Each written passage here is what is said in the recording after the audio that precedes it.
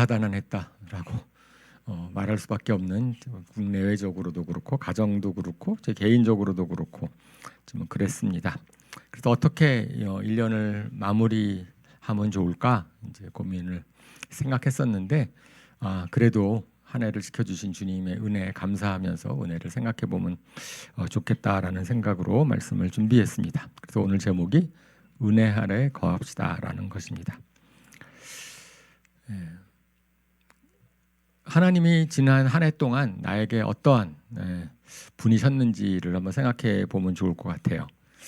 하나님께서 우리 잘 아는 것처럼 우리 하나님은 은혜의 하나님이라고 하는데, 그런 하나님의 은혜를 우리가 얼마나 경험했는지 생각해 보는 것이지요. 하나님이 나에게 뭘 하라고 계속 요구하시는 분이신가? 그래서 잘 못하면 그것 때문에 나를 벌 주시는 분은 아니실까? 내가 일이 잘 안 되는 것은 내가 하나님께 성실하지 않아서 그런 것이 아닌가? 이런 생각을 할 수도 있고, 그 다음에 내가 좀 1년을 좀 막 살았는데도 아무 일도 안 벌어지네. 하나님께서 그냥 너무나 마음이 좋으셔서 그냥 나를 사랑해 주시니까 그냥 내버려 두시는 분이신가? 이렇게 또 생각을 할 수도 있을 것 같습니다. 우리가 은혜의 하나님이라는 것은 너무나 많이 듣고 잘 아는 것이지만은 우리가 그것을 얼마나 체험하는가는 또 다른 문제인 것 같아요. 그죠? 그 은혜가 풍성하면은 우리의 삶이 달라지죠. 은혜가 풍성해지고 은혜 안에 거하게 되면은 아마 우리 그렇지 않습니까? 어느 분이라도 보면 저분은 참 은혜가 풍성한 분 같아. 은혜를 많이 받으셨다고 생각되는 분이 있고, 그런데 아무리 우리가 신앙생활을 잘해도 좀 이렇게 좀 딱딱하다, 은혜가 없이 보인다, 이렇게 느껴지시는 분도 있고, 사실은 그렇죠. 제가 소망하는 교회는, 그죠? 어느 분이든지 간에 교회를 통하여서 하나님의 은혜를 풍성하게 경험했으면 좋겠다. 그래서 이 교회는 은혜가 경험되는 교회, 은혜가 풍성해지는 교회, 누구든지 간에 은혜를 받고 그리고 은혜 가운데 거하는 교회가 되었으면 좋겠다. 우리가 출애굽기 우리 강 목사님을 통해서 성경 공부를 할 때도 결론이 그것 아닙니까? 우리 사람들이 자원해서 성소를 세워나가는, 누가 시키진 것이 아닌데 하나님의 은혜가 임하고 영광 가운데 거하면 막 이제 기쁨으로 사람들이 성소를 세우잖아요. 그리고 그것이 이제 우리 목사님이 바라시는 교회다라고 얘기를 했는데, 그것은 누구나가 다 그런 교회가 되는 것을 바랄 것입니다. 실질적으로 교회가 아닌 세상에서 은혜를 경험하기엔 참으로 어려운 것 같습니다. 그죠? 세상은 늘 자격을 따지죠. 그죠?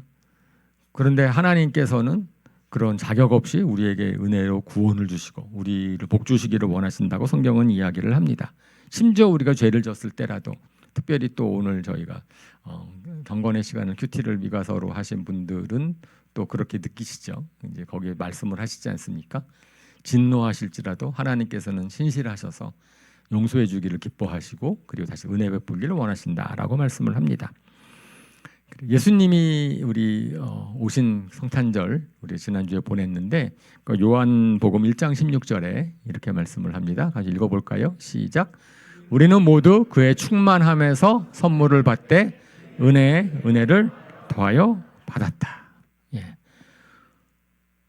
성경은 또 이렇게 얘기를 하죠. 예수님이 은혜와 진리를 만드셨다. 이 세상에 은혜와 진리를 가지고 오셨다. 그죠? 그래, 예수님이 이 땅에 오셔서 사실은 저희로 하여금 은혜와 진리에 대한 그런 새로운 감각을 깨워주셨어요. 이 세상에 살면서 뭐가 진리인지 잘 모르고 도대체 뭐가 은혜로 사는 건가? 이렇게 다 사람들이 생각하고 있었을 때 예수님이 오셔서 아니다. 이 세상에 분명히 은혜와 진리가 있고 하나님이 창조하시고 우리에게 바라시는 것이 은혜와 진리 가운데 거하는 것이다 라고 얘기를 합니다. 그래서 은혜에 은혜를 더하여 받았다. 저 표현은 파도가 계속해서 밀려오는 것처럼 하나님이 우리를 구원하시는 은혜로 끝나는 것이 아니고, 그 다음에 우리에게 계속해서 하나님의 은혜가 부어진다 라고 이야기를 합니다. 그러므로 우리가 돌이켜볼 것은 지난 1년 동안에 하나님의 은혜가 우리한테 얼마나 많이 임했는지, 그것을 한번 생각해 봤으면 좋겠어요. 근데 실질적으로 그렇지 않다고 느낄 수 있죠. 그죠? 은혜가 근데 그 마음을 생각해 보는 거죠. 분명히 성경에서는 하나님의 은혜가 우리를 향해서 부어지고 있고 하나님의 은혜 베풀기를 원하시고 그런데 왜 은혜가 그렇게 느껴지지 않을까? 아마 어쩌면은 우리가 하나님의 은혜를 담을 준비가 돼 있지 않아서 그럴 수도 있지 않을까 생각을 합니다. 그죠? 이렇게 비교해 보는 거죠. 산에서 막 위에서 비가 오는데 빗물을 모으질 않아. 양동이를 갖다가 딱 바로 듣고선 빗물을 모으면 물이 담겨질 터인데 은혜를 받을 터인데 양동이를 갖다가 거꾸로 뒤집어 놓으면 그러면 은혜가 폭포수처럼 떨어져도 하나도 은혜를 받지를 못하죠.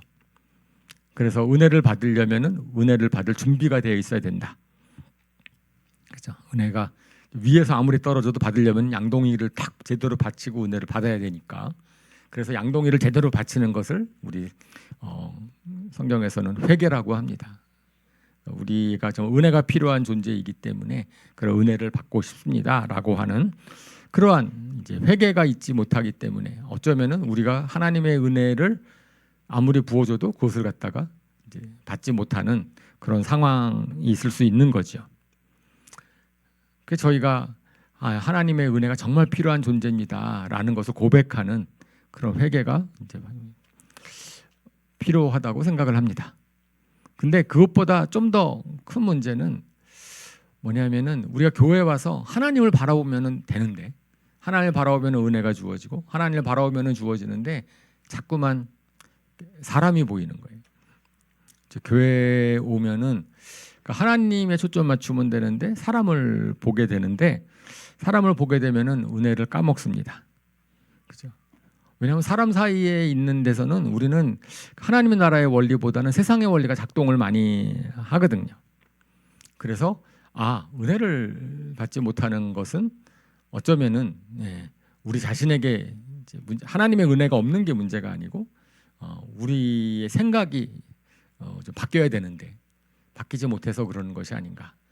제가 지금 계속 여러분 같이 말씀을 드리면서 저도 생각하는 것이 우리가 마음과 생각을 좀 바꿔야 되겠다. 하나님의 말씀을 통하여서 내가 좀 생각을 바꾸고 마음을 바꿔야 되는 것이 아닌가. 이제 그것을 또 생각해 보는 거죠. 그래서 저희가 지난번 설교할 때도 제가 말씀을 드렸죠. 어떻게 하면 가치 있는 허망하지 않고 가치 있는 삶을 살 수 있다고 말씀을 드렸나요? 가치 있게 살고 싶다. 이왕 한번 사는 삶 내가 허망하게 살고 싶지 않다. 성경에서 말씀하시는 것은 예수님을 배워야 됩니다. 내가 그렇게 가르치지 않았는데 라고 말씀을 하시는 거죠. 그래서 오늘 본문이 예수님이 제자들에게 그걸 가르쳐 주시는 말씀이에요. 예수님이 이 땅에 오셔서 제자들을 훈련시키시고 우리가 제자잖아요. 그러면 우리나라 제자들에게 하나님 나라의 원리를 계속 예수님께서는 가르쳐 주기를 원하셨어요. 그래서 오늘 본문 마태복음 20장 말씀인데 그것은 이제 그 전부터 시작해서 계속되어지는 제자들에게 하나님 나라의 원리가 세상과 얼마나 다른가에 대한 것을 갖다가 비유를 통해서 말씀해 주시는 내용입니다.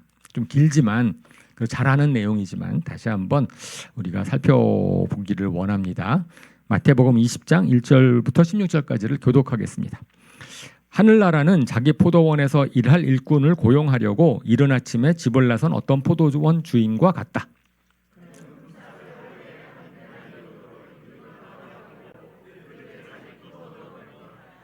그리고서 9시쯤에 나가서 보니 사람들이 장터에 빈둥거리며 서 있었다.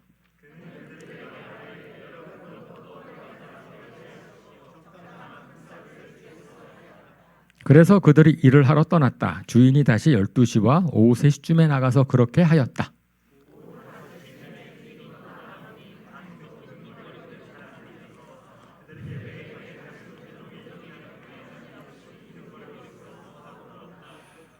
그들이 그에게 대답하기를 아무도 우리에게 일을 시켜주지 않아서 이러고 있습니다 하였다. 그래서 그는 당신들도 포도원에 가서 일을 하시오 하고 말하였다.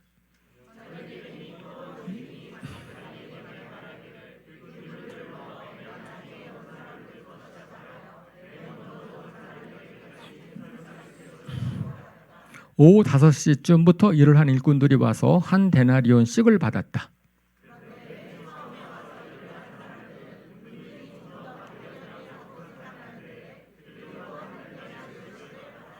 그들은 받고 나서 주인에게 투덜거리며 말하였다.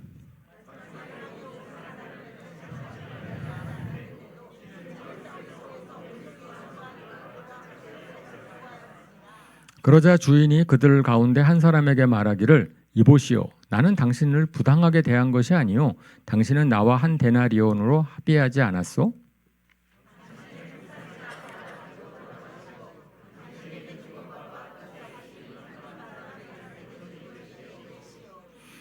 내 것을 가지고 내 뜻대로 할 수 없다는 말이요 내가 후하기 때문에 그것이 당신 눈에 거슬리요 하였다.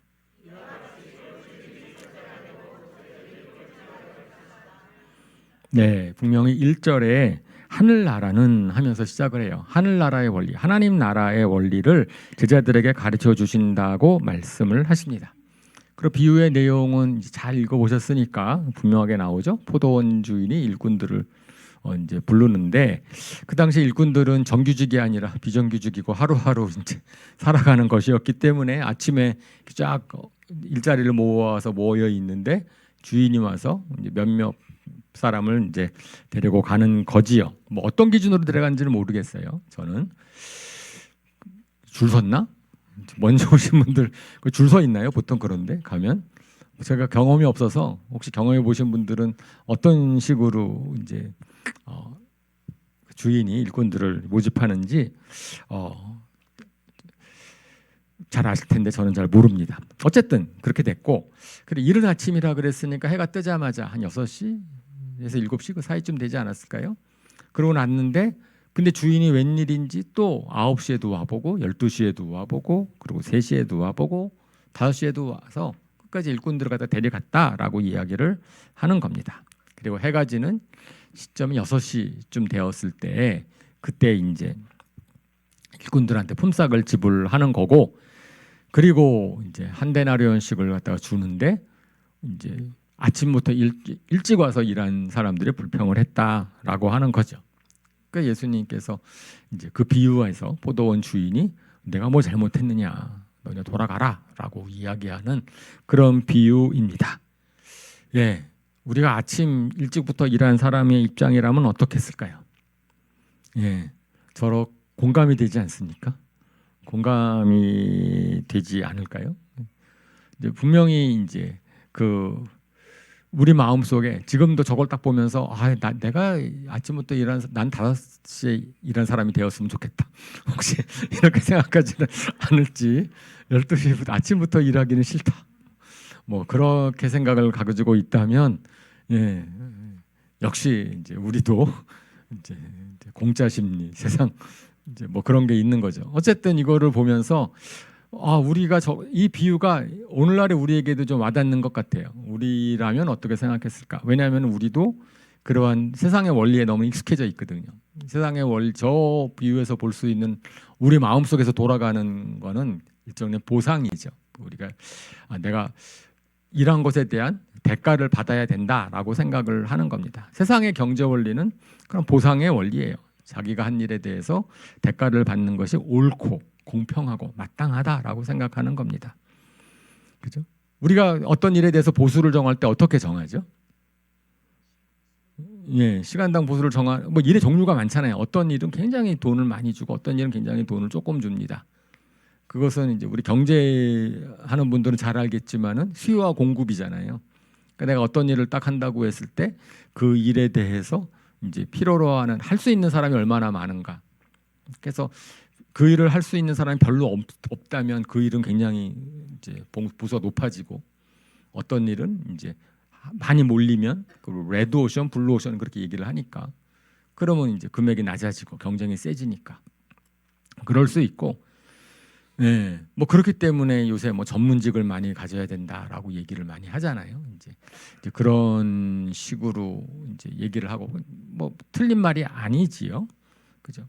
근데 그것이 오히려 문제가 돼가지고 아주 보수를 많이 받은 사람은 터무니없이 많이 받고 말도 안 되게 많이 받는 거고, 그 다음에 그렇지 않은 사람들은 굉장히 이제 봉급을 조금 받고 그래서 그걸 보존해주기 위해서 최저임금도 만들고 뭐 이렇게 합니다. 그리고 또 정규직과 비정규직의 차이에서 가장 요새 문제되는 것이 동일 노동, 동일 임금의 법칙. 동일한 일을 하면은 동일하게 보수를 받아야 되는 것이 공평한 거 아닙니까? 그죠? 근데 정규직이라고 돈을 더 많이 받고 비정규직이라고 돈을 더 조금 받으면 그것도 공평하지 않다. 그래서 이제 뭐 같은 동일 노동에 대해서는 동일 임금을 받는 것이 타당하다라고 이야기를 이제 하고 뭐 그러는 거죠. 일을 할 때 같은 일을 봉급을 똑같이 받는데 누가 일을 더 많이 하면 억울하다라고 생각을 하는 거고, 그죠? 그것은 어떻게 너무 우리에게 익숙해서 우리의 마음이 이것이 공평한 것이고 이것이 옳은 것이다라고 생각을 하는 거였는데, 오늘 이제 본문에서 일꾼들도 그 관점에서 하다 보면은 이해가 갑니다. 그죠? 이 사람은 일을 1시간밖에 안 했는데 12시간 동안 일한 나랑 동일한 대도를 받는 저 주인은 의롭지 않다. 예, 그죠? 공평하지 않다 이렇게 생각하는 거잖아요. 그죠? 근데 사실은 생각해 보면은 주인이 잘못한 게 없다는 거예요. 그냥 처음부터 계약을 할 때 이제 아침에 일찍 와서 일하는 사람한테도 한 데나리온을 주기로 약속했으니까, 그래서 내가 약속을 너랑 그렇게 했는 걸 그대로 지켰는데, 그리고 그 하루 종일 한 것에 대한 일한 것에 대한 정당한 대우는 한 데나리온이거든요. 그러니까 그 일 자체에 대해서 보수를 내가 조금 받은 게 아니에요. 12시 아침에 일찍 와가지고 일을 했다 그래서 돈을 조금 받은 게 아니고 정당한 보수를 받았어요. 그러니까 보상은 제대로 받았고 약속한 것을 지켰고, 그런데 주인이 잘못한 것은 하나도 없는데 일꾼은 주인을 어떻게 본 거예요?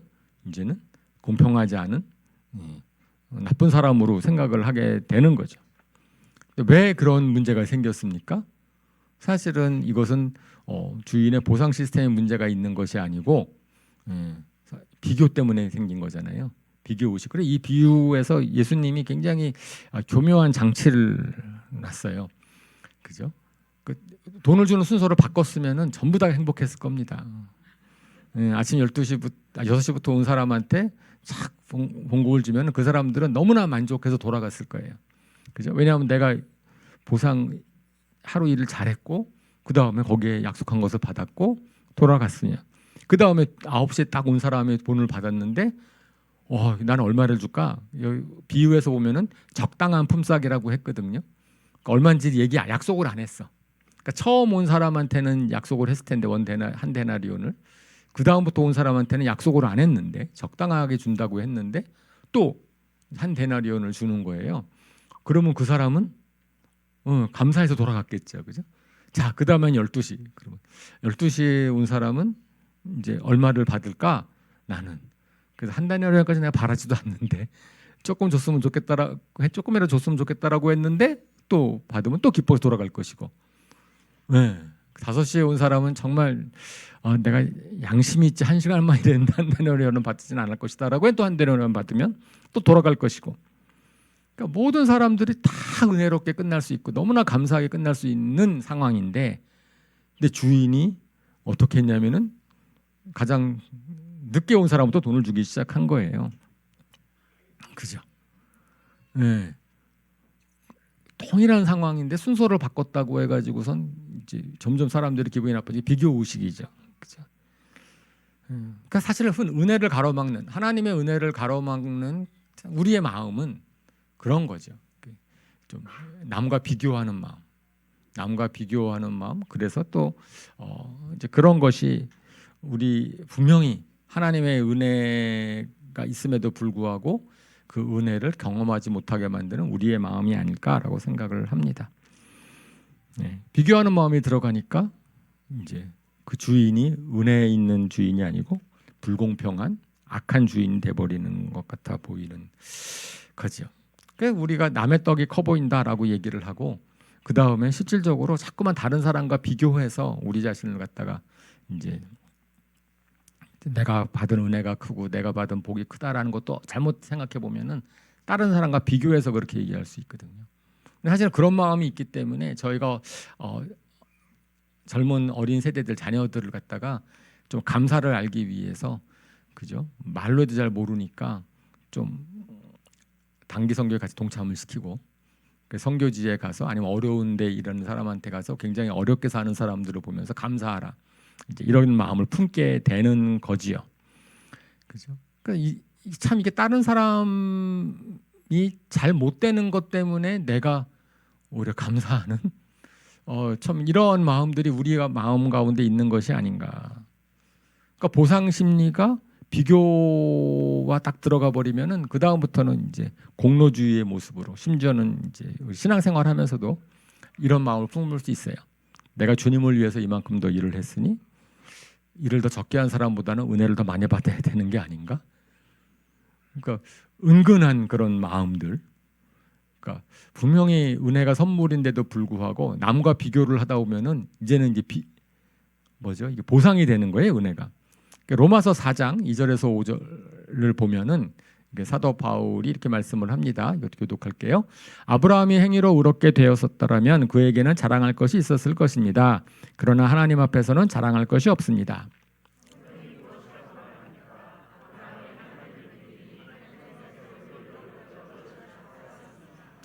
일을 하는 사람에게는 품삯을 은혜로 주는 것으로 치지 않고 당연한 보수로 주는 것으로 생각합니다.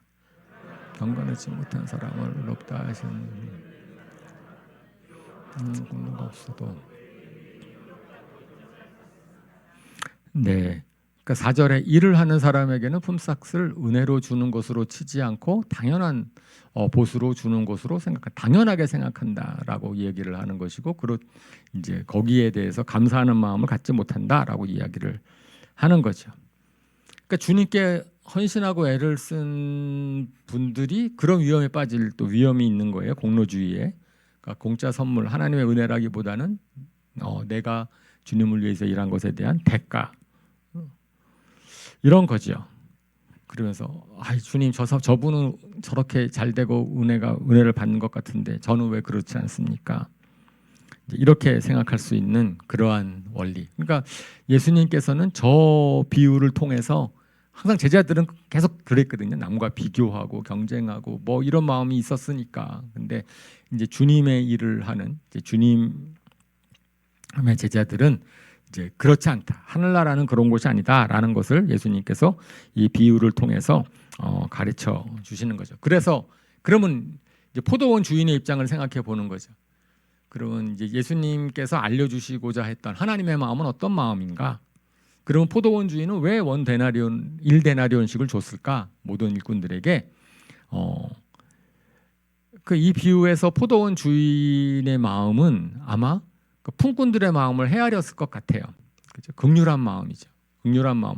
하루 종일 일을 하지 못하면서도 집에 돌아가지 않고 거기 그 자리에 있었던 마음들은 어땠을까라고 하는 거죠. 그러니까 우리가 이제 비교를 할 때 이렇게 비교하는 거예요. 아마 저 사람은 예를 들어서 5시에 와서 1시간 일했는데 그 사람은 11시간 동안 뭘 했을 거라고 생각하는 거예요. 자기가 놀았을 것이다. 하고 싶은 거 다 즐기고 막 놀다가 5시쯤 돼가지고선 일 구하러 갔어. 그런데 거기에서 픽업해서 1시간 일했다. 그러면 나는 일하는 동안 저 사람은 놀았겠네. 억울해. 이렇게 생각할 수도 모르겠죠. 근데 11시간 동안 일을 못하고 빈둥거렸던 사람들은 어땠을까요? 마음이. 그들의 마음은 힘들었겠죠. 가족을 먹여 살려야 되는데. 그렇다고 내가 일 못 구해가지고 9시쯤 집에 일찍 들어가 버려. 그러면 어떻게 되는 거예요? 이제 아이고 오늘도 공쳤네. 그러면 오늘은 굶어야 되겠다. 뭐 이렇게 할 수도 있는 것이고. 그러니까 그 사람은 어떻게든지 간에 조금이라도 자기를 써주는 사람이 있으면 한 데나리온은커녕 반 데나리온 받아도 괜찮겠다라는 가족에 대한 책임감, 뭐 이런 것으로 거기에 빈둥거렸을 수 있지 않겠습니까? 그죠? 놀지 않았을 터인데 뭐 그렇게 생각할 수 있었던 거지요. 그래서 그 일꾼들에 대해서 주인이 준 한 데나리온은 오늘날로 맞으면은 그 가족이 먹고 살 수 있는 최저임금 정도 수준으로 생각하지 않았을까라고 생각이 드는 거죠. 그죠? 그러니까 일꾼들에 대한 상황을 이해한 거죠. 상황을 좀 헤아려 보지 않았을까라는 생각을 합니다. 그러니까 그렇다는 거죠. 우리 주님께서 우리에게 은혜를 주실 때에는 그 사람에게 우리를 긍휼히 여기셔서 그 사람에게 필요한 어쨌든 최소한 것을 주시는데, 그러니까 마태복음 12장 7절에 예수님께서 바리새인들에게 주시는 말씀입니다. 한번 읽어볼까요? 시작. 나는 자비를 원하고 제사를 원하지 않는다 하신 말씀이 무슨 뜻인지 알았더라면 너희가 죄 없는 사람들을 정죄하지 않았을 것이다. 호세아 예언자가 하신 말씀인데 저거는 어떤 거였냐면은 제자들이 안식일에 밀밭을 지나가다가 밀 이삭을 이제 꺼내서 먹었어요. 그러니까 바리새인들이 그것을 보고선 당신들의 제자들이 안식일을 범했다, 추수를 했다라고 얘기를 하는 거예요. 그거 갖고서 비난을 하니까 예수님께서 하시는 말씀입니다. 근데 안식일에 밀밭을 지나가다가 밀이삭을 이렇게 먹은 그 이유는 뭐겠어요? 배가 고파서겠죠, 그죠? 배가 고파서입니다. 그런데 이제 그 배가 고픈 그 사람의 심정, 그걸 그렇게라도 해야 되는 그 심정은 헤아리지 못하고 안식일을 어겼다라고 이제 지적을 하니까, 그래서 아니 다윗도 배가 고플 때 그 제사장 외에는 먹지 못하는 빵을 먹지 않았느냐라고 이야기를 하면서 나무라는 것이지요. 자기의 기준이 있는 거예요. 바리새인들은 자기가 이런 일을 판단하는 자기의 기준이 있고 그것을 옳다고 딱 믿었어요. 그러니까 그 믿은 것에 어긋나는 다른 사람들을 보면은 그 사람의 입장을 헤아리거나 그 사람을 생각해 보지 않고 자기가 그냥 판단을 미리 내려버리는 거죠. 내려버리기 때문에 이제 그러한 자비를 잃어버린 것입니다. 그러니까 예수님께서는 형제자매를 함부로 판단하지 말라 그러세요. 그렇죠? 그리고 그것은 너희는 긍휼을 베풀고 너희는 사랑을 베풀고 그것은 하나님한테 맡기라라고 이야기를 하는 겁니다. 그러니까 예수님이 원하시는 마음이 그런 마음이고, 이 포도원 주인이 그 사람을 준 것은 그런 이제 은혜로 주신 말씀이지요. 실질적으로 긍휼의 마음은 다른 사람들의 형편을 한번 헤아려 보는 겁니다. 그죠? 그 사람이 왜 저렇게 했을까? 왜 저런 마음을 품었을까라고 이야기를 하는 거죠. 아까 그 비유로 돌아가면은 일꾼들이 되게 일할 때는 기뻤을 것 같아요. 가족을 위해서 내가 일을 하는 거고 일하지 못하는 다른 사람들에 대한 있을 거예요.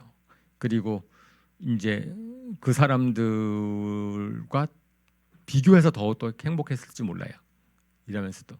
그죠? 항상 남과 남의 처지, 그 사람이 얼마나 마음이 힘들었을지는 생각하지 못하는 그런 마음. 그런 것이 이제 우리들이 가지고 있는 마음이고 은혜를 까먹게 하는 마음이라는 거죠. 은혜가 풍성하면은 좀 넉넉해질 터인데 우리는 이해받기 바랍니다. 우리는 그런 긍휼을 받기를 원하고 누군가가 나를 용납해 주기를 원하고 그런데 오히려 우리에게 그런 마음, 다른 사람에게 우리가 먼저 그걸 베풀어야 되는데 그렇지 못하기 때문에 실질적으로 그것이 뭘 가로막고 있어요? 은혜를 가로막는 거예요. 하나님이 우리에게 주신 은혜를 가로막는 거예요. 그 생각이 없어지면은 은혜로 생각할 수 있는 것인데 그 생각이 딱 들어오는 순간에 은혜에 대한 것보다는 불평하는 마음이 드는 것인 거죠. 그러니까 주님의 마음은 그런 긍휼의 마음을 넘어서서 이유가 없어도 사랑하는 아가페 사랑으로 나아갑니다. 그러니까 우리는 항상 사랑할 만한 이유를 찾는 에로스 사랑을 생각하거든요. 사랑이라고 하면 저 사람이 사랑할 만한 이유가 있어야 되고 그런 그 이유 때문에 내가 사랑한다라고 이야기를 하는데 그렇지 않아야 되겠다라고 하는 거죠.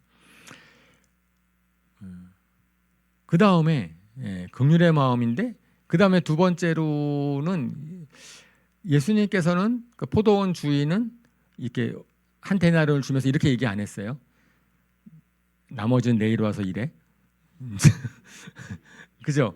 그렇지 않았어요. 그럴 수 있지 않았을까요? 포도 그냥 하루 만에 다 수확을 했을까? 어쩌면은 며칠 걸릴 수도 있잖아요. 뭘 해도. 그러면은 그냥 하나 주고 못한 나머지 일은 뭐 이렇게 해. 그러면은 그거는 이제 뭐죠? 보수가 되는 거죠. 은혜가 아니고. 그러니까 대가를 요구하지 않으셨어요. 예수님께서는 거기 이 비유에서는 포도원 주인은 대가를 요구하지 않습니다. 그러니까 대가를 요구하는 순간에 은혜가 원리가 아니라 보상의 원리로 그걸 타락시켜버리는 세상의 원리가 돼버리는 거예요. 내가 이렇게 했으니까 너는 이렇게 해야 돼라고 얘기하는 것들은, 근데 하나님께서는 항상 은혜를 베푸시면서 대가를 요구하지 않으십니다. 그냥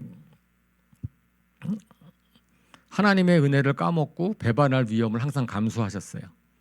이스라엘 백성에게도 은혜를 베풀면서 그냥 말은 하셨지만은 그들이 배반할 위험이 있었죠. 예수님이 은혜를 베푸셨는데 가룟 유다가 예수님을 배반했고, 이제 그런 것들에 대한 위험을 갖다 감수하셨습니다. 근데 내가 너를 팔려고 하는 생각을 내가 알고 있어라고 마지막 최후의 만찬까지 말씀을 하시면서도, 그죠? 그냥 맡겼어요. 그러니까 예수님께서는, 하나님께서는 은혜를 베푸시면서 우리가 사실은 그 은혜에 감동해서 자발적으로 무언가 하게 나오는 걸 바라시는 것이지, 내가 이거를 줬으니까 넌 이렇게 해야 된다 라고는 말씀하지 않으시는 거죠. 우리 부모, 여기 일부는 다 부모님이 대부분이시잖아요, 그죠? 부모님이 자녀를 키울 때 어때요? 얼마나 좀 순수한 은혜로 키웁니까? 혹시 내가 너를 위해서 이렇게 희생을 했는데 너는 마땅히 이렇게 해야 되지 않느냐? 그게 한때 유명했던 스카이캐슬의 부모님이 자녀들에게 이제 얘기하는 그런 용어란 말이에요. 그러니까 부모님의 그런 아름다운 은혜가 뭐로 바뀌는 거죠? 자녀를 빚쟁이로 만드는, 내가 은혜를 베풀었으니까 너는 거기에 이렇게 갚아야 된다라고 유장해버리는 거잖아요. 그만큼 우리가 가장 순수해야 되는 그 부모님이라고 할지라도 이제 거기에 그렇게 들어가기가 쉽거든요. 대가를 바라는 거가 쉬운 거죠. 우리는 반대의 경험도 하죠. 그러니까 내가 은혜를 받았다고 생각을 해서 했는데 그쪽에서 뭐 다른 더한 것을 또 그러니까 너 그것도 안 해? 라고 해서 보상을 요구하기도 하고, 반대로 내가 막 은혜를 베풀었는데 그쪽에서 이제 마땅하게 몰라줘. 그러니까 보상을 안 해.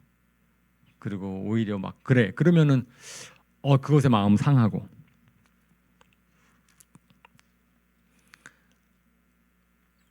우리가 지난번 제가 설교한 거랑 좀 비교를 해서 보자면, 아마 이제 빈둥이를 놓고 있는 사람은 좀 허망한 일을 하는 사람이고, 그래도 포도원에서 일하는 사람은 가치 있는 일을 하는 사람이라고 생각을 해봅시다.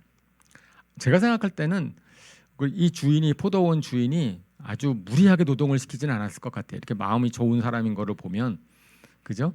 그냥 적절하게 노동을 하고, 그 다음에 점심시간도 충분히 주고, 그 다음에 뭐 이랬을 것 같다는 생각이 들어요. 그렇기 때문에 포도원에서 일하는 사람의 입장에서 봤을 때는 일하는 동안에도 마음이 나쁘지 않았을 거예요, 그죠?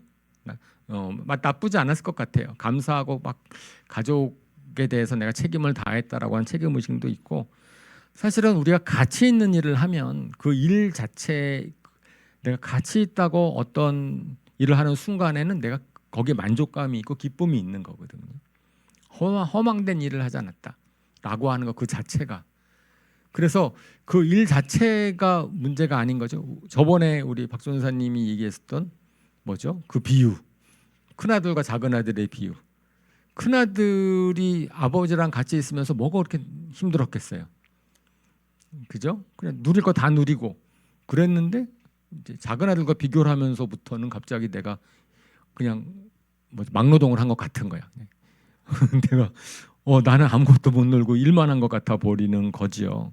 마음의 문제잖아요. 정말 생각의 문제고, 이제 그런 문제잖아요. 그냥 은혜로 탁 받아들일 수 있으면 좋은데, 그러니까 은혜는 대가를 요구하지 않는 겁니다. 그냥 포도원 주인이 그랬고, 그리고 우리의 마음도 우리가 무엇을 하든지 간에 자원해서 자발적으로 그것을 알아주지 않든지 뭐 이렇게 하는 거죠.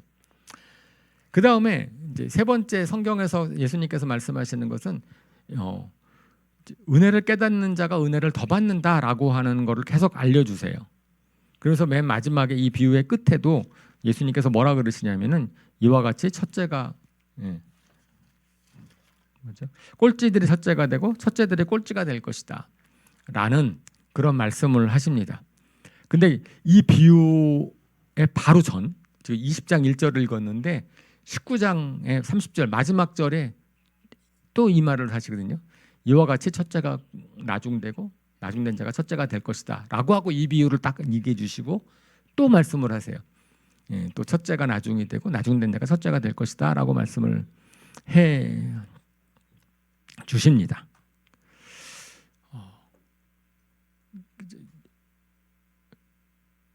은혜를 깨닫는 자에게, 은혜가 깨닫는 자에게 하나님의 은혜가 더 부어지는, 사실은 그런 일들이 하늘나라에서 이루어진다라고 이야기를 하는 겁니다. 하나님께서는 어떤 면에서는 은혜를 찾는, 깨닫는 자를 찾으시는 것 같아요. 왜냐하면 우리가 그렇잖아요. 우리가 은혜를 베풀려고 했을 때, 뭐 좋은 일을 하려고 했을 때 그것을 알아주는 사람한테는 더 주고 싶죠.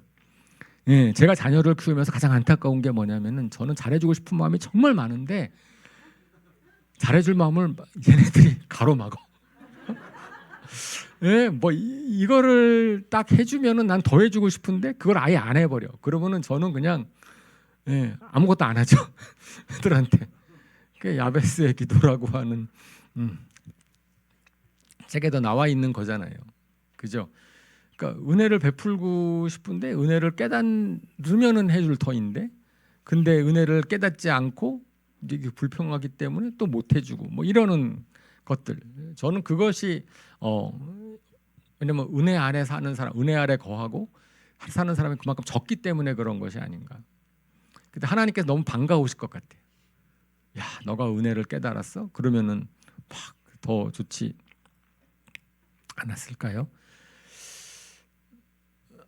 그러니까 어떤 면에서는 우리가 그러한 예수님께서 비유로 말씀하시는 먼저 왔던 사람이나 또 계속해서 바리새인들이나 이런 마음들을 우리가 마음속에 갖고 있기 때문에 아마 제 생각에는 이 비유에 나와 있지 않지만 제가 비유의 후속편을 쓴다면은 그러면 어떤 스토리가 벌어졌을까요? 저는 5시에 와서 일한 사람들이 그 다음 날도 왔을 것 같아. 제가 공짜로 해드리겠습니다. 내가 뭐라도 좀 너무 감사하니까 뭐라도 해드리겠습니다 라고 얘기를 하면은, 그러면 주인이 또 알아요? 2대 내려줄지. 그래, 잘했다. 이게 상승, 그죠? 그 은혜를 받은 것에 내가 감사해서 거기에 반응을 하면 주인은 와 너무 기뻐해서 그걸 더 해주고. 사실 충분히 그럴 개연성이 있는 스토리거든요. 실질적으로 그럴 수 있는 거거든요. 그런데 우리가 계산하기 시작하면은 이제 그 다음부터는 이제 아무 일도 안 벌어지는 거지요. 항상 그것은, 그러니까 은혜에 있어서는 평등하지 않아요. 그죠? 은혜에 있어서는 그러니까 공평하지 않습니다. 어떤 면에서 마태복음 25장 29절에 잘 아시는 달란트 비유에서의 말씀이죠. 한번 읽어볼까요? 시작. 가진 사람에게는 더 주어서 넘치게 하고 갖지 못한 사람에게서는 있는 것마저 빼앗을 것이다. 네, 저게 예수님이 똑같은 말씀을 하시는 거거든요. 달란트를 주셨는데 달란트를 갖다가 너 얼마나 잘 사용을 했느냐를 가지고선, 그래서 그걸 잘 사용해서 이제 이익을 남긴 사람한테는 더 준다라고 말씀을 하시는 것이지요. 그죠? 예수님은 모든 사람이 다 공평하게 잘 되기를 원하시는데, 물론 그런 하나님이시고 그런 예수님이신데, 그런데 은혜에 있어서만큼은 다르다는 거죠. 달란트도 은혜로 주시는 선물이잖아요. 은사거든요. 그러니까 하나님이 주시는 것에 대해서 내가 얼마나 감사하고 쓰느냐에 따라서, 그런데 하나님의 은혜가 더 부어지고 덜 부어지고, 그 결국은 그 극단이 천국이냐 지옥이냐의 문제이기도 하고, 그러니까 아주 극단적인 거잖아요. 천국 이쪽의 끝과 지옥은. 그죠? 근데 하나님의 공평하심을 생각하는 사람들은 지옥이 어디 있어? 하나님은 다 동일하게 다 결국은 구원해 주실 거야. 이렇게 막, 그건 너무 뭐죠? 세상적인 원리인 것이고 우리가 생각하는 그냥 거지만, 우리 살아계신 하나님은 그렇지 않다라고 성경은 이야기를 하고 있습니다. 그래서 그 은혜 아래 거하면 좋겠다. 너희가 제자들에게 그 은혜의 원리를 설명해 주시는 것이고, 저런 마음을 품으라는 거. 예수님의 마음을 품어라. 그렇게 되면은 우리가 이제 복을 받는다라고 하는 것이 그게 복음인 거죠. 왜냐하면 세상에서는 이런 걸 발견할 수가 없거든요. 세상에서는 이런 원리가 세상의 원리거든요. 일한 만큼 보상을 받고 남과 비교해서 잘 돼야지 내가 행복한 거고 이런 것에 우리가 계속 살아왔거든요. 그런데 하나님의 나라, 특별히 교회에서는 더더욱 이제 그렇지 않아야 됩니다라고 성경은 말씀을 하고 있습니다. 하나님은 우리가 하나님의 은혜 아래 살기를 원하세요. 저도 그래서 마지막 해를 보내면서 다시 한번 은혜를 생각해 봤으면 좋겠습니다. 우리가 은혜 안에 있습니다. 사실 은혜 안에 있어요. 그죠? 그러면 이제 어떻게 이제 은혜를 받을 것인가를 가지고 우리의 마음과 생각을 바꾸면 이 한 해가 아마 풍성한 은혜 가운데 있었던 한 해로 우리가 정리되지 않을까 싶습니다. 은혜는 헬라어로 카리스라고 하거든요. 카리스. 근데 그 은혜로 주신 선물이 카리스마, 은사지만 은혜는 카리스인데 그것은 어원적으로 봤을 때는 행복하게 하다, 기쁨을 준다라는 뜻이 있습니다. 그러니까 하나님께서 은혜를 베푸시는 이유는 뭐죠? 우리가 행복하고 기쁘게 되기 위해서. 은혜를 아는 사람이 행복합니다. 은혜를 아는 사람들이 이제 기쁨을 누릴 수 있습니다. 그렇죠? 하나님께서 우리에게 은혜를 주시는 이유는 뭐 때문에? 우리가 기뻐하도록. 그것이 하나님의 우리를 향한 뜻이니까. 에덴 동산을 주신 이유도 기쁘게 살도록 하는 것이죠. 그래서 우리가 은혜 안에서 기뻐하는 것, 그것이 마땅히 우리의 맞는 바인데, 근데 문제는 은혜를 받았다고 해서 어려움이 없는 건 아니잖아요. 우리가 또 은혜를 까먹는 것은 남과 비교하는 것도 있지만 실질적으로 우리에게 닥치는 어려움 때문이기도 하죠. 예수님께서 제자들에게, 그래서 신약 성경에서 보면은 예수님께서 제자들에게 항상 이제 미리 알려주시는, 예고해 주시는 게 있는데, 너희가 핍박을 받겠다는 거예요. 너희는 내 이름 때문에 핍박을 받을 것이고 더군다나 심지어는 죽음에 넘길 수도 있겠다라고 말씀을 합니다. 그러면서 제자들에게 부탁하는 것은 뭐예요? 그런 핍박을 잘 견뎌라. 내가 세상을 이겼다라고 말씀을 하시는 거죠. 그러니까 어려운 가운데서 우리가 쉽게 하기가 쉬운 것이 또 불평, 불만. 우리 출애굽기에서 보면 이스라엘 백성들이 하나님의 놀라우신 은혜를 경험하고도 이제 당장 나의 필요가 떨어지니까 불평, 불만하지 않습니까? 근데 오히려 거꾸로 하나님께서는 그런 것 갖다가 하나의 이제 증거로 우리한테 주시는 것 같아요. 자, 내가 너에게 베푼 은혜를 얼마나 크게 생각하느니, 그러면 그 불평불만하는 것 이 정도 때문에 은혜를 까먹는다면은 나의 은혜는 그 정도밖에 안 되는 것이겠구나라고 하는 거죠. 그러니까 우리가 구원받은 은혜, 주님을 믿음으로 내가 생명을 얻었고 구원을 받았다는 은혜가 크면 그러면 제자들처럼 순교까지 할 수 있는 그런 것일 터인데, 아주 작은 것에도 우리가 불평, 불만한다면 내가 은혜를 까먹고 있다는 증거가 아닐까. 내가 내 양동이를 바로 세우지 않고 뒤집어 쓰고 있는 것이 아닌가라고 생각을 합니다. 사실은 바로 어저께 제가 불평불만을 좀 터뜨렸어요. 그래서 금세 회개하고 설교를 해야 되는데 이러면 안 되는데 제가 예상하지 않았던 그런 소식을 하나 들어가지고선 이제 그러면은 당장 이제 불평불만을 하는 것 사람이니까 괜찮죠? 사람이니까 누구나가 다 그럴 수 있지 않습니까? 이제 그럴 수 있는데 이제 금세 다시 회개하는 거죠. 아니지. 이제 지금까지 나에게 베풀어 주신 하나님의 은혜가 큰데 이제 그러면서 양동이를 바로 세우면 그러면 이제 은혜와 마음의 평안을 찾게 됩니다. 그렇습니다. 우리가 불평불만이 있을 때 어떻게 하겠어요? 상황이 바뀌겠어요? 상황이 바뀌어서 불평불만이 사라질까요? 어떻게 하면 불평불만을 이길까요? 불평하지 말아야지. 이렇게 마음을 먹는다고 사라지나요? 아닌 것 같아요. 저희가 가질 수 있는 비결은 은혜를 담는 것입니다. 하나님이 주어지는 은혜가 얼마나 컸는지 그것이 나에게 정말 실감이 되면 그러면 우리가 그런 불평만을 이길 수 있는 거지요. 사도 바울이 하는 고백이죠.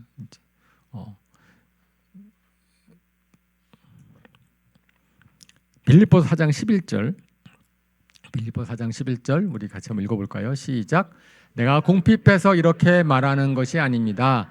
나는 어떤 처지에서도 스스로 만족하는 법을 배웠습니다. 예.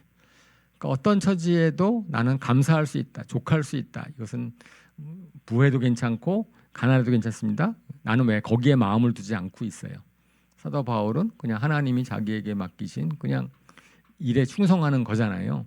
그렇기 때문에 다른 것들이 사도 바울의 마음을 흔들리지 않았습니다. 또 하나님과 막 씨름하잖아요. 내가 아픈데 막 고쳐주세요. 그랬더니 하나님께서 아니 내 은혜가 내게 족하다라고 얘기를 하거든요. 그래요. 하나님이 사도 바울에게 주시는 말씀이 내 은혜가 내게 족하다. 너가 약한 데서 강해지기 때문에 내가 너를 갖다가 그런 상태로 내버려 둘 것이다. 겸손해지도록 하기 위해서. 그러니까 우리는 문제가 해결돼야지 하나님의 은혜고, 문제가 해결되지 않으면 하나님 은혜가 없어졌다고 생각을 하는데 하나님이 사도 바울에게 주신 말씀은 그게 아니거든요. 그죠? 내가 이미 족하다라는 것입니다. 그래서 너가 그 상황 가운데서 오히려 겸손해져서 나를 더 찾으면 그러면 이제 그것이 하나님의 은혜를 더 생생하게 만들 것이다라고 이야기를 합니다. 그래서 이제 이렇게 하나님이 저에게 주신 은혜가 족합니다. 그래서 더 이상 복을 안 주셔도 돼요. 이렇게 얘기를 할 때 저는 하나님께서 아, 그지? 족하지? 안 줄 거야. 이렇게 하실 분으로 생각하십니까? 아니면 족하다고 얘기하는 사람한테 더 줄 뿐이세요. 우리가 아는 하나님은 어떤 분이십니까? 우리가 생각하는 하나님은 어떤 분이십니까?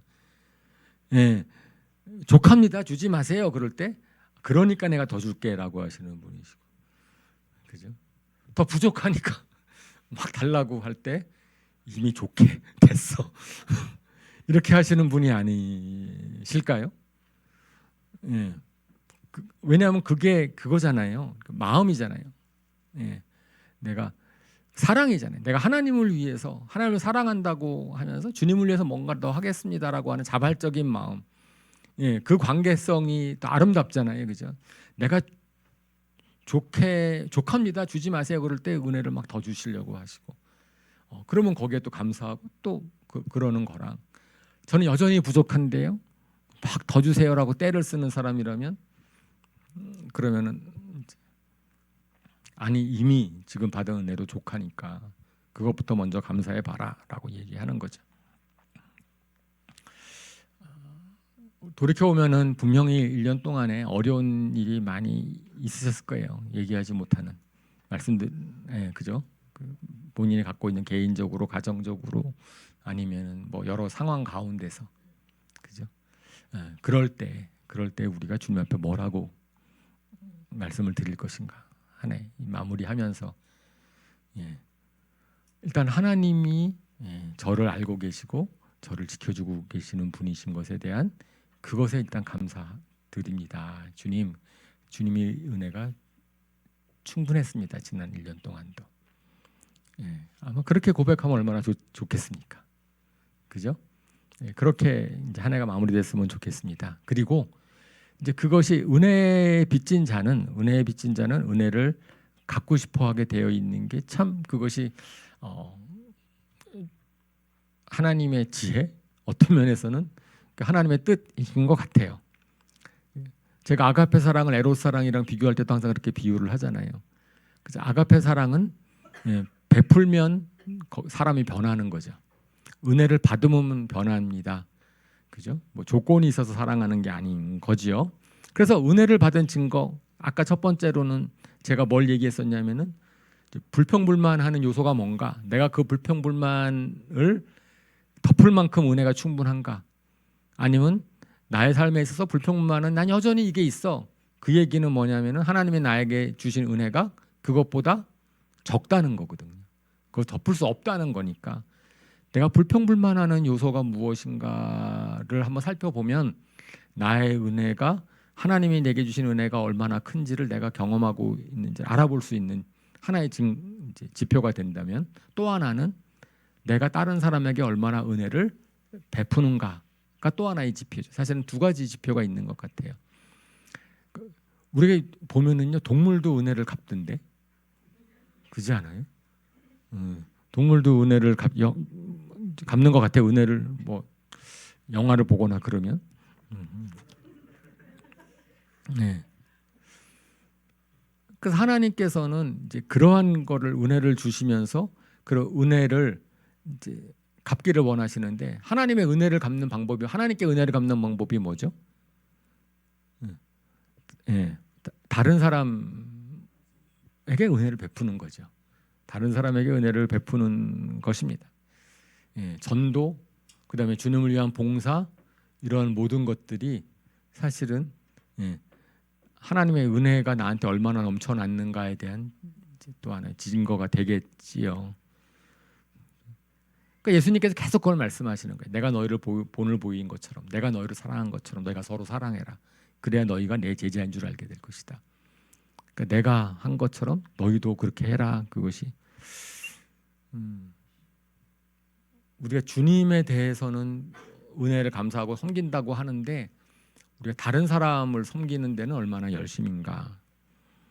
거꾸로 저 사람이 잘못됐으면 좋겠고, 저 사람이 잘못되는 게 오히려 나한테 은근한 기쁨을 주고 만족감을 주고, 이거 곤란하잖아요, 그죠? 그래서 은혜를 받은 증거들이 얼마나 다른 사람을 축복하는지, 다른 사람이 얼마나 잘 되기를 원하는지, 그 사람이 잘 되는 것을 우리가 바라는지로 나타낼 것이다라고 말씀을 합니다. 사도행전 20장 35절에 이렇게 말씀을 하고 있어요. 한번 읽어볼까요? 시작. 나는 모든 일에서 여러분에게 본을 보였습니다. 이렇게 힘써 일해서 약한 사람을 도와주는 것이 마땅합니다. 그리고 주 예수께서 친히 주는 것이 받는 것보다 더 복이 있다 하신 말씀을 반드시 명심해야 합니다. 예, 사도 바울이 이제 고별 설교에서 말씀하시는 건데, 사실은 성경 사복음서 어디를 봐도 주는 것이 받는 것보다 더 복이 있다라는 말씀은 없어요. 네.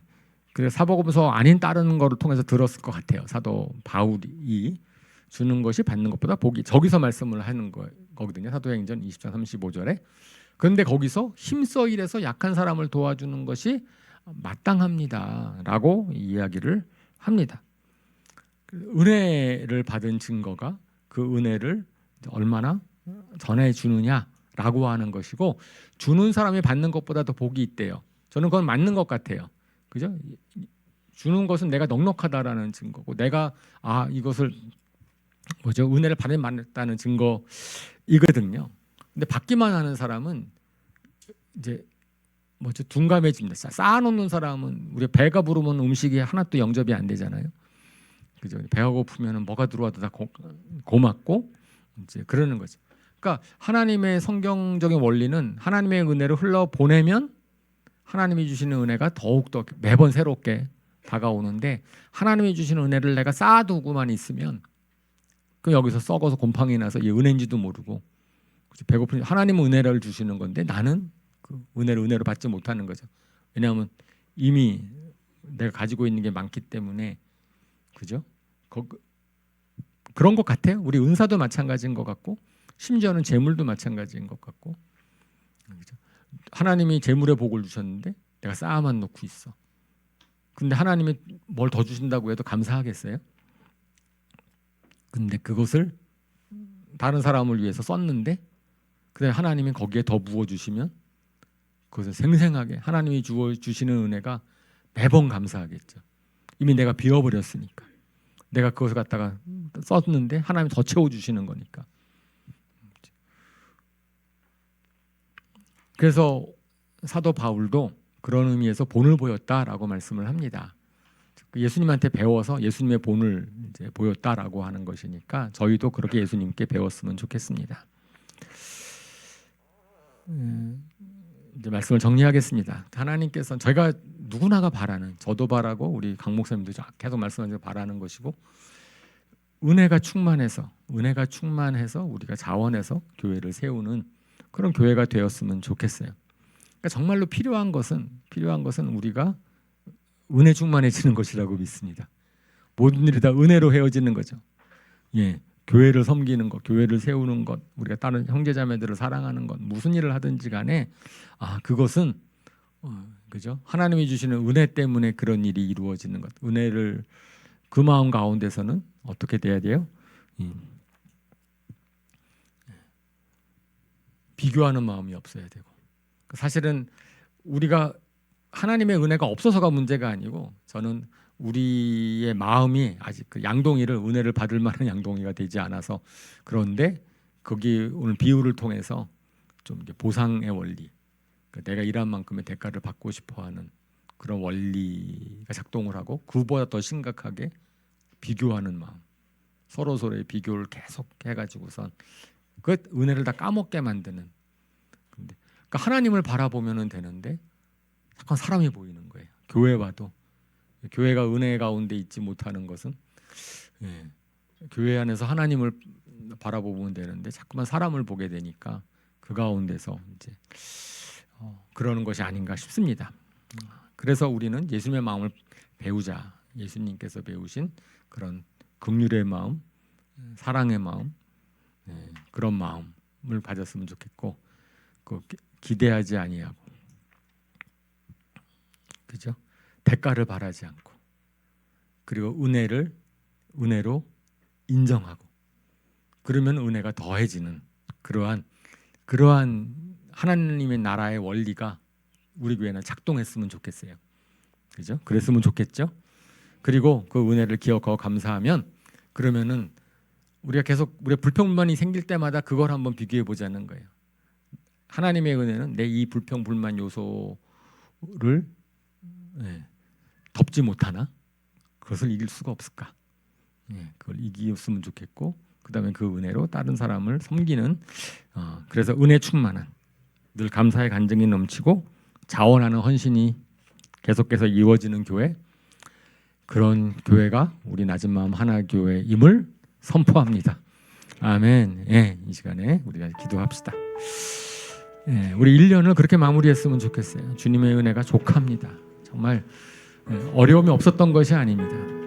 하지만 우리가 마지막 때에, 마지막 시간에 우리의 마음과 생각을 바꾸면, 주님의 우리에게 주시는 말씀으로 우리의 정말 지금이라도 양동이를 바로 세워서 하늘에서 떨어진 은혜를 받을 수 있었으면 좋겠습니다. 그러면 우리가 변화될 것입니다. 그러면 우리가 이길 수 있을 것입니다. 같이 기도하시겠습니다.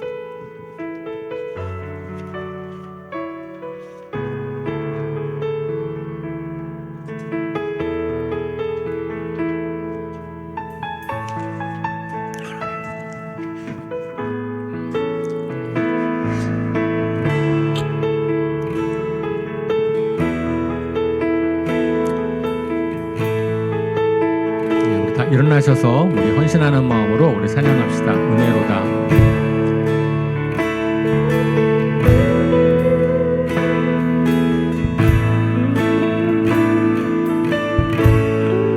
시작됐네. 우리 주님의 능력이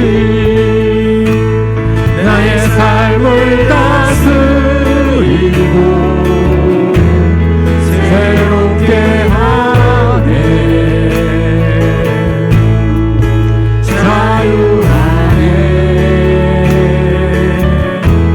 죄와 사망으로부터 나의 삶을 변하고